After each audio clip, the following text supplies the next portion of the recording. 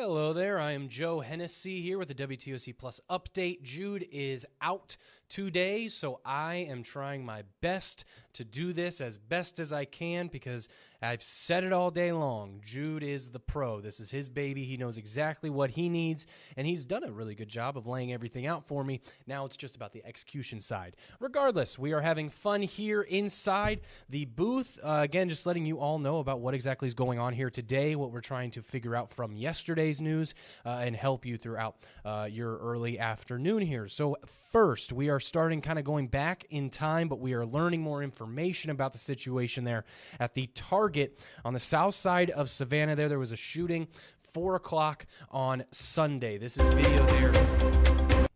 Oh, we're learning. See, I told you. We are seeing there the scene from Sunday when this happened. What we've learned so far, Matthew Trawick, identified by his family and coworkers as the victim of the deadly Target parking lot shooting there, all over a parking spot. That is what we are still being told.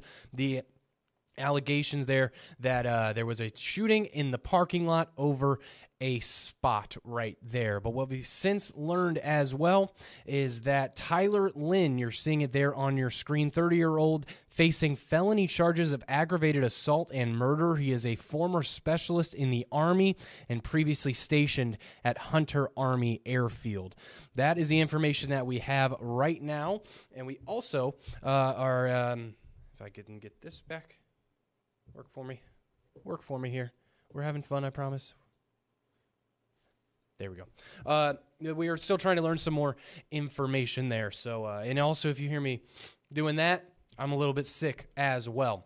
What also happened today is that Mayor Van Johnson, the city of Savannah, speaking about this incident at his press conference here earlier today. Here is what exactly he had to say as I turn this up. We recognize that this is senseless, it's foolishness. And unfortunately, it appears to be the world that we live in. People were quick to say what I could have done or should have done to prevent that. You can't prevent stupid people from doing stupid things. And you can't prevent people from doing dangerous things. But I think the Savannah Police Department, they had a swift response. The suspect is in custody, and the investigation remains active. We recognize. There you heard Savannah Mayor Van Johnson talking about that. And so a lot of questions followed about that as well, about how should people feel safe, especially with some parades coming and things like that. He said, they've been blessed with the circumstances before and how parades have gone. They have uniformed, non-uniformed officers and things like that, and they have technology, and again, they've just been blessed with no real big violent incident at parades. He's calling this and that acid attack that happened near Forsyth Park an anomaly.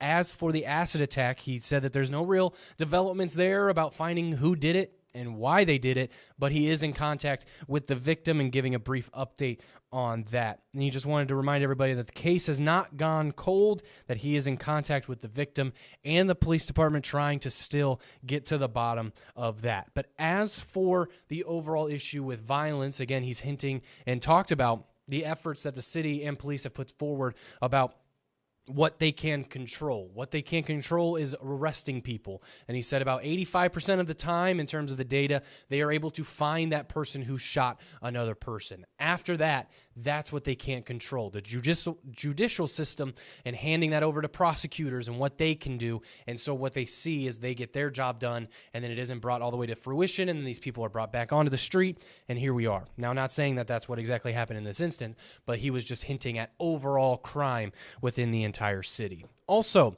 some other shootings that we need to talk about here early on. This is our Aaron Dixon there. In the small town of Gifford, killing one person and sending 2 others to the hospital. People we spoke with say the victim, Daquan Hill, was a kind and hardworking man, a man who put others first, especially his children. It was an uncommon Sunday morning for the 300 people that make up the town of Gifford. It really is a huge shock for Gifford. This little town I've been in for 62 years. The town was the scene of a shooting. When deputies got to the scene, they found multiple victims. One was Hill, who was pronounced dead at the scene. I just wish it had never happened to him like that. The 2 other people were injured and taken to the hospital. No word yet on their condition. People who knew Hill say he pretty much kept to himself and were surprised when they found out that he was one of the victims. I don't understand why somebody would have hurt somebody that's so sweet and kind. A man that was there to lend a helping hand, like when Barbara Gregley, who worked with Hill, would need help with her scan gun at work. He would tell me what to do, and I'll be like, well, Quan, what do I do if it acts up again? He said, come back to me. And I would like to do it for myself. Show me what to do. And he would show me what to do. At the home of the shooting, tape no longer surrounds the property, but deputies say the case is still under investigation and a suspect is still at large. Shauna Cooper says someone needs to come forward and help the family get justice. Very important to both of his grandmothers. And I would love to see that done myself. If you have any information that could possibly lead law enforcement to an arrest or help in the investigation, you are being asked to contact the Hampton County Sheriff's Office. You can do so by contacting their main line, or you can call in to their anonymous line. We're in Hampton County. Aaron Dixon, WTOC News. Aaron Dixon there in Hampton County, giving you an update. A triple shooting right there. That suspect still at large. So again, anyone with information asked to call the Hampton County Sheriff's Office. All of that information, of course, available on WTOC.com as well. Another shooting that Chatham County Police are looking into, responding to reports of shots fired Monday evening just after 9 in the Quaco Road area. Officers confirming to WTOC that shots were fired on Wax Myrtle Way and Willow Lakes Drive. Now, no injuries have been reported, but this is a developing story, so make sure you stick with WTOC for updates about that. Also updates that we're trying to learn more about, the flu. I hinted at I'm a little bit stuffy here. I'm better than what I was, I'll say that. But the flu's still a problem here. So we caught up with Memorial Health, who's telling us that it is absolutely ramping up in Georgia. They are seeing about 7 to 10 people a day admitted to the hospital for the flu. Doctors are also saying that they're seeing more patients needing oxygen when they come in for help, and that is unusual compared to past years. Also, according to Memorial, doctors have seen a slow and steady increase throughout December. In recent days, they've admitted 7 to 8 people every 12 hours. So that is what they are dealing with here locally in Savannah. It's not just Memorial Health. Of course, it expands broadly all across the state, and same deal in South Carolina. And as we kind of look to our website, you can find some of these stories and what you need to know. And then, of course, we have our more kind of lighthearted ones right there. Senior Citizens Inc. partnering with Starbucks to launch its 21st annual blanket drive. They are taking blanket donations to help older individuals in our communities stay warm this winter. And you, again, are just getting a look into some of those stories. Inmates at Chatham County Detention Center obtaining their barber certifications.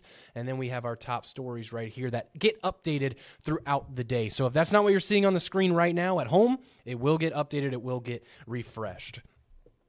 And as we look now more towards the national side of things, the big instance being the arrest of Venezuela's president, Nicolas Maduro, and his wife, and how they pleaded not guilty on drug trafficking charges there in court in the United States. So we have national reporters all across the country, one of them there outside of the courthouse speaking with people and getting their opinions about what exactly this means moving forward.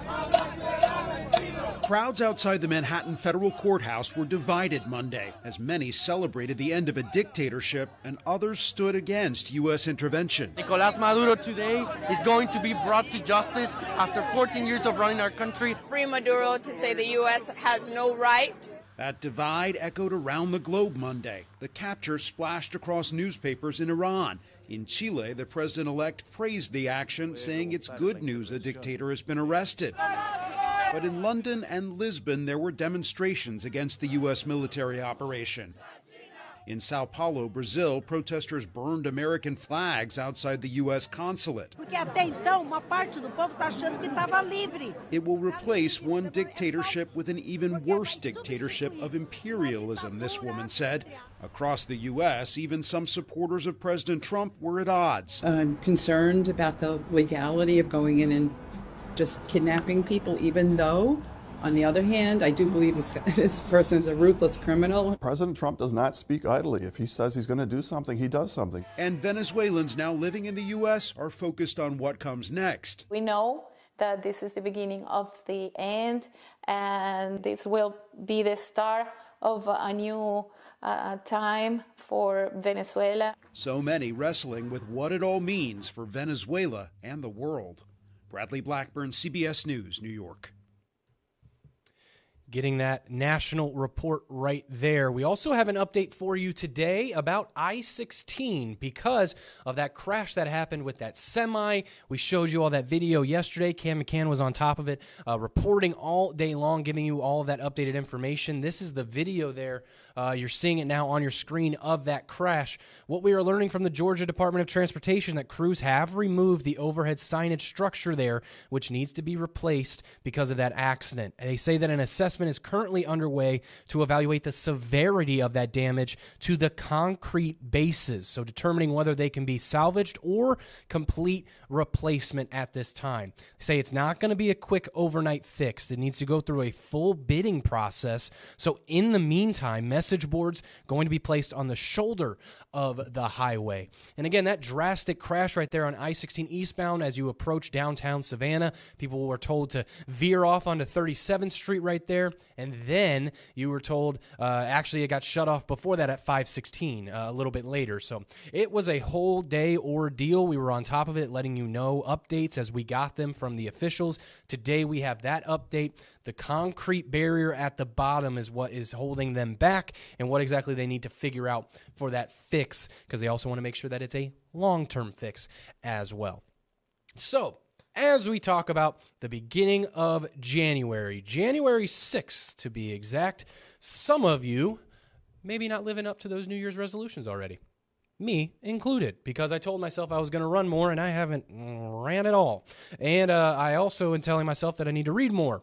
Haven't read yet. So that's where I'm at. And we brought up Savannah Mayor Van Johnson earlier about the Target shooting, but also we asked him about his New Year's resolution. So here is what he had to say. I think, self-care is not selfish.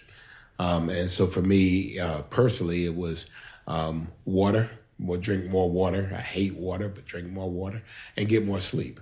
So I average maybe 3.5 to 4 hours. So I'm trying to get to 6. And so I've been working to be able to do that. For the city, the New Year's resolution is really to make it to 2027, to continue implementing our strategic plan, to be unabashedly clear that all means all, and that we're going to continue to engage people and be very active and forthright. We're going to be transparent. We're going to be truthful. We're going to be thoughtful and thorough in the things that we do. I think, self-care is not.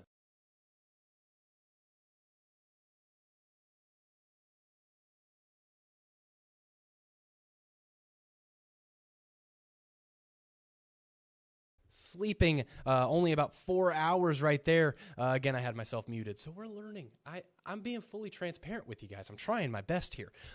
So drinking more water, sleeping more, and then, of course, again, giving that bigger view of the entire city and being thorough and being transparent with people, being transparent early on in that press conference, again, talking about the unfortunate incident there at the Target on the south side of Savannah. So that is just a glimpse into what is going on here today in the newsroom. That is, again, just a glimpse. There's plenty more going on, especially on the weather side of things. We're reaching kind of almost record temperatures. So Andrew's been on it. Dave's in right now. We've got Dylan as well. So people are tracking it and letting you know what you need to know before you go here early on this afternoon. On the digital side of things, I am wrapping things up. But again, of course, we have our newscasts as well and more digital shows throughout the day too. So make sure you tune in when you can. Thanks for watching right now and have a great day.